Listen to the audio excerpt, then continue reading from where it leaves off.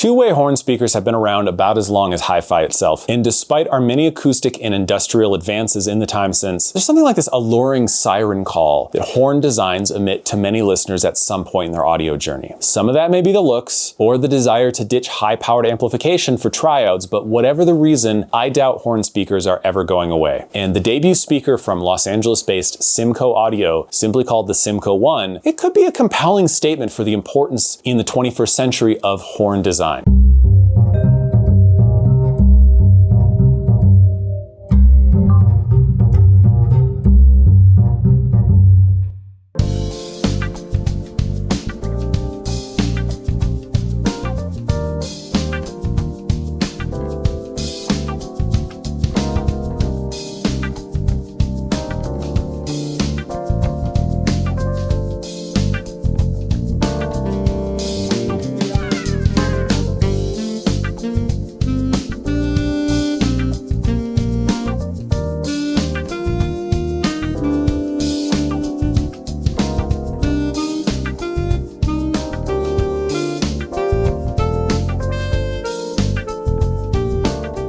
Simco Audio is the brainchild of Stefan Simkowitz, who has already made a significant name for himself as a world-renowned art dealer. In 2024, Stefan opened the Hill House, which is a private gallery attached to his own residence in Pasadena, California. Simkowitz envisioned this space as an all-encompassing space for art and music. Each room in the gallery features a hi-fi system that encourages guests to sit and listen to music while focused on the visual art that's adorning the space. Through both his own interest in hi-fi and vinyl, as well as the decision to incorporate audio into his art exhibitions, Stefan launched Simco Audio, which in addition to serving as a distributor for a number of boutique brands, also has its own line of speakers and amplifiers, and the Simco One, the speaker right here, was the debut product in this lineup. I actually visited Hill House in early 2025 where I briefly heard a number of vinyl-based systems. And last on the tour was a room fronted with an impressive array of Shindo tube electronics and topped off by an interesting-looking horn speaker with a solid wood cabinet and what looked like two logs used as speaker stands. Stefan didn't tell me at first what I was listening to, but the sound intrigued me, and in the brief 30 minutes that I was able to hear them. When I learned that they were a new product he was bringing to market, I knew that I wanted to be one of the first to give them a comprehensive review. The Simco One is a two-way floor-standing horn loudspeaker priced at $17,500 US and originally conceived in Manchester, England. This is a speaker designed by brothers Sam and Silas Plant. The story as it was relayed to me is that Stefan was a longtime fan of the DeVore Fidelity 096 loudspeaker and spent many years hunting for speakers which approached the sound signature and musicality of that well-known design. One day on Instagram, he ran across a unique-looking speaker out of the UK made by two brothers in their early 20s, fresh out of engineering school. He placed an order for a pair, and after it arrived, was immediately impressed with what he heard. Stefan then wanted to place an order for 10 of these speakers, and the brothers stated that that was impossible. They had taken up day jobs and couldn't devote the time and money to producing these speakers at scale. Simkowitz then made an offer to purchase the rights to manufacture their design at scale, and that was the birth of Simco Audio, a brand which now features a wide array of equipment from amplifiers, cables, etc. But it was started with this single loudspeaker, which is now manufactured in California. The Simco One features a 1.4-inch RCF ND650 compression driver loaded into a 17-inch fiberglass horn produced using a resin transfer mold. The horn is mounted on an aluminum stand into a cabinet made of 18mm Norwegian pine with an aluminum front baffle and 12-inch paper cone woofer. The speakers are vent ported out the lower front of the cabinet and come with a rather peculiar stand which consists of two European oak blocks. My stands were coated in a white resin and attached to the cabinet via sorbethane. This is of course a high efficiency speaker featuring a 95 dB sensitivity and 8 ohm nominal impedance. The frequency response is 38 Hz to 20,000 Hz. Perhaps it's no surprise given this speaker's connection to art and aesthetic, but the Simco One is available in a pretty wide variety of colors, and the company states that they can provide custom colors by request. My pair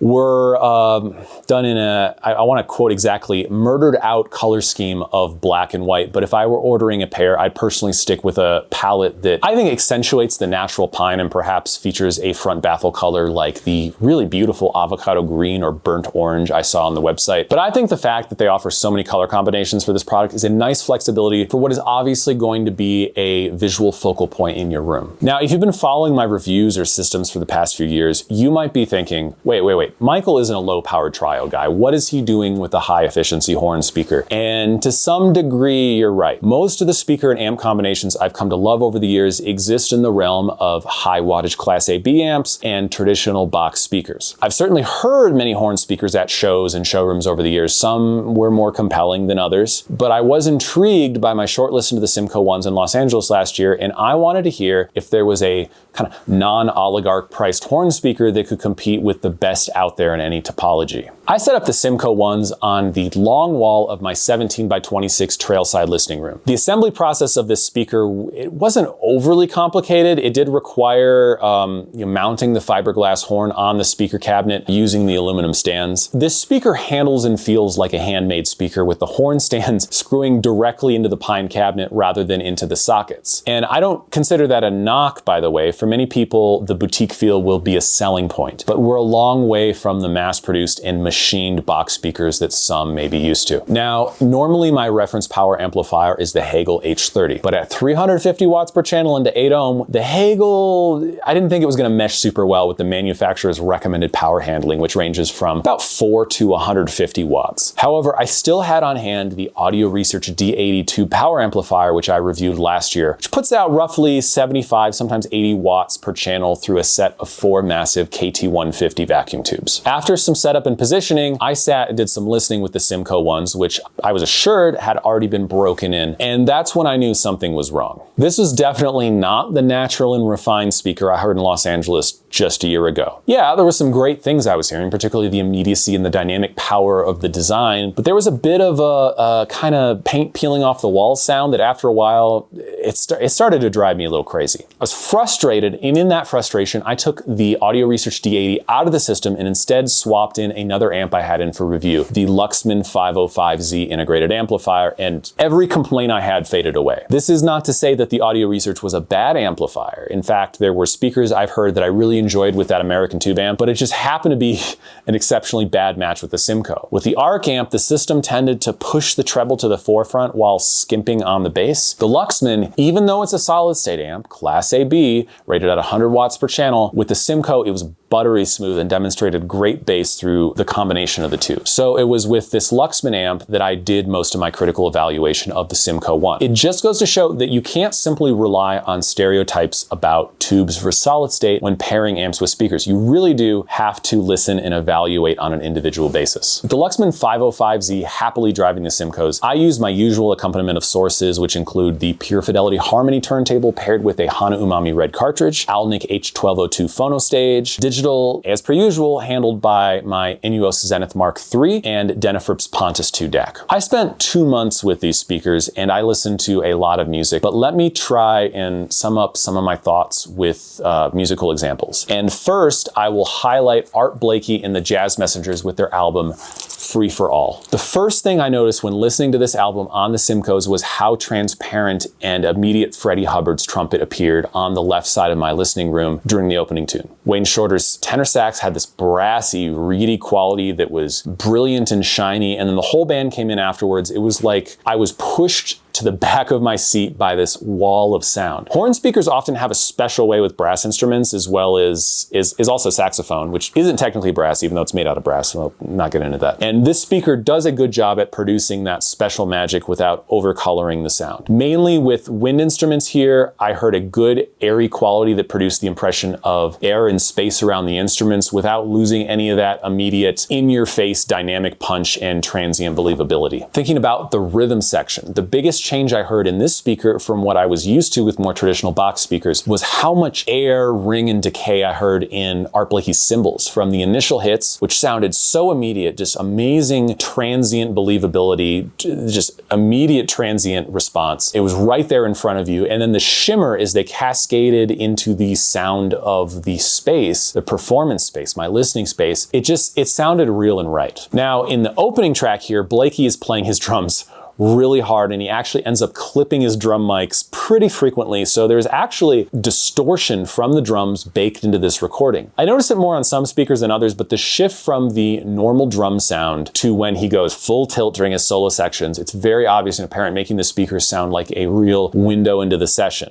Bass was also very round and plump on this and pretty much all jazz records I heard on this setup. Reggie Workman's upright, it's full, had plenty of color and shading, while Blakey's kick drum has a nice meaty thud that lets you know the bass on this speaker is certainly quite sufficient for most environments. In fact, I would say that if you have a small or medium-sized room, the Simco One likely doesn't need the help of any subwoofers unless full 20 hertz extension is what you're craving. While I enjoyed this record on the ones without a sub, I was also able to integrate I could integrate this just fine with my Rel Carbon Special. If you're worried about this speaker in a large listening room, or you're just a bass head like me and you like to put on the occasional organ record, feel free to throw one or two of these subs in the mix. Using Rel's high-level connection, I got really good coherence and timing, which I think a lot of people would be concerned about dealing with the high-efficiency speaker like this. Then I switched to some classical cuts. I know a classical record dealer in LA that has a pair of these speakers in his shop, so I was actually eager to hear symphonic music through a pair of dynamic horns like the Simco's. First, I went with something actually a little more delicate. Anne-Sophie Mutter playing Mozart's Violin Concerto No. 3 with the Berlin Philharmonic. First of all, I really enjoyed the transparency of the slightly smaller scale Berlin Philharmonic here, and there was a lot of complexity and tone in Mutter's violin sound. The solo violin did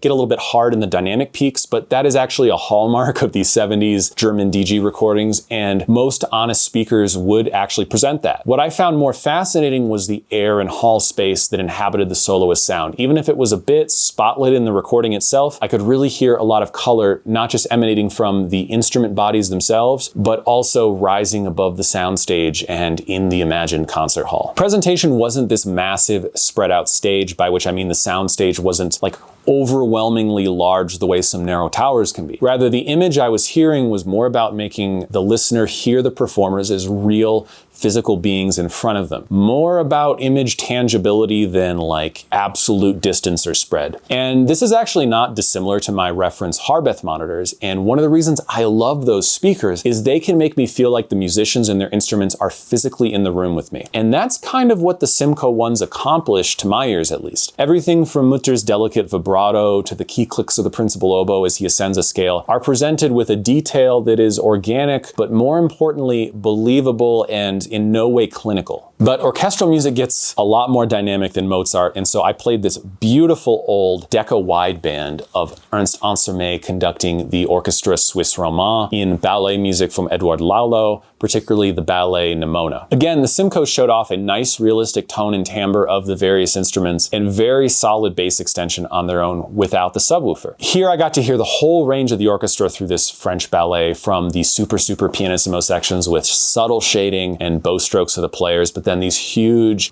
surprising fortissimo climaxes, and the brass fanfares would enter. It really felt like the dynamic capabilities of the speaker were free-flowing. Felt like no matter how extreme the swings of the orchestra, not only could the speaker display the power of this ensemble, but it could do it without forcing the sound, eliminating any sense of struggle or hardness. Okay, so the Simcos do jazz and classical with a combination of elegance and excitement, but what about rock and pop? Well, Van Morrison's Moondance. This album sounded big and rich on the Simcos, both in the vocals of Van himself and the punchy and dynamic sound of his band. Cymbals were a bit pronounced, something that didn't really shock me, as this is kind of a feature of every horn speaker I've ever heard, but at least that highlight was it was correctly textured, had an excellent natural decay, it sounded like the real thing. Other instruments were very finely rendered, such as the acoustic guitar on the opening number. On Moondance, the title track, I was taken aback at how much dynamic swing just Van Morrison's voice alone could muster when he slid into, especially the big hook on this song. It was like he was 4 feet away from me, and the Simcos rendered this intimate image. It wasn't subtle, it was very present and demanded I sit up and take notice. However, this is the part where I do have to be honest about who this speaker's for, what this speaker's for, and I would say in my listening, the more modern and compressed I got with my musical selections, I would say the less I heard the Simco ones stand out above other speakers. Take, for instance,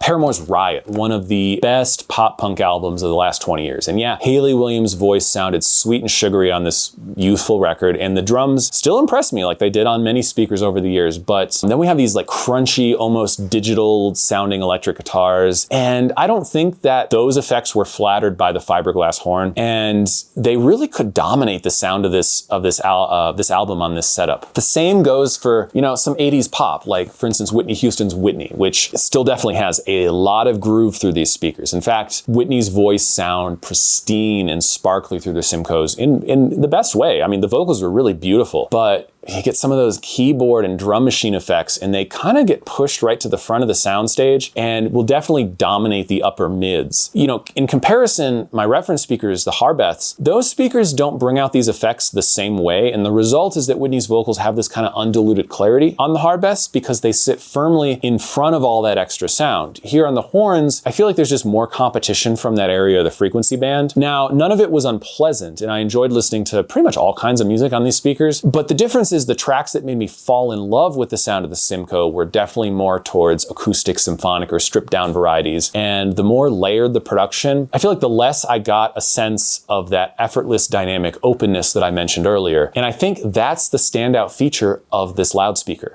I hope by now I've given you an idea about the basic sound, the sound characteristics of the Simco One, but let me leave you with this, because despite the pros and cons I just weighed, this is really one of the first horn speakers I've ever heard that could potentially sway me from my path down like the box speaker topology. Even the best horns, I think they do have a sound to them, but I can't recall any that have the combination of power and sweetness that the Simco Ones do. Simco owner Stefan Simkovits stated once that he wanted the Simco Ones to be a fully modern speaker that just pays tribute to classic design, and I think this loudspeaker has accomplished that feat. You get to enjoy incredible dynamics of a two-way horn design with very little, if any, coloration. If you listen primarily to acoustic music, big or small scale, man, I struggle to think of options in this price range that will give you a more involving experience than this speaker. Now, if your tastes are more Daft Punk, Nine Inch Nails, stuff like that, well, you might still love what the Simcos are laying down, but I think it's going to be more taste dependent. It will also be a factor of your amplification. If you've bought into low power tubes or Class A solid state, man, this is going to be right up your alley, and I think you'll be surprised how modern and resolving a 95 dB efficient speaker can sound. Lastly, I think we've long disposed of the pretense that the looks of hi-fi don't matter. Hi-fi, whether you like it or not, is not just sonic art, but it's visual art as well. It's why so many speaker designs not only have survived all these years, but have become iconic representations of aesthetic, carrying their own meaning to people who often have never heard them. Hi-fi speakers that have this allure, they found themselves in exhibits of museums because the appeal of the iconography is that strong. That's part of why I think the story of the Simco One is so interesting, because Simco are not afraid to view their speakers as almost an art piece that has a visual language and appeal along with